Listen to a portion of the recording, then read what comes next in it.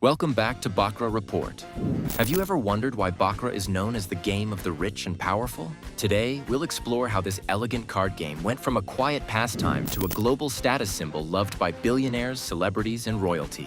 It all started in Europe, where Baccarat was seen as a game for the elite. During the 18th and 19th centuries, French and British nobles gathered in private gaming rooms to play.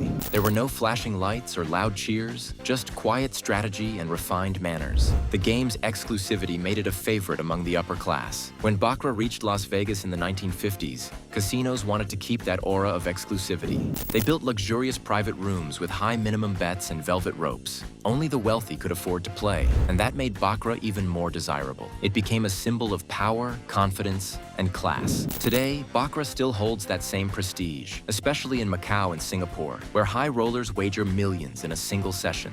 In these modern temples of luxury, Baccarat isn't just a game, it's a lifestyle. For the rich and powerful, every hand represents confidence, control, and the thrill of risk. Even in online casinos, premium Baccarat rooms recreate that high-end experience. From royal courts to high-tech casinos, Baccarat has always been the game that defines sophistication. Would you like to sit at one of those elite tables one day?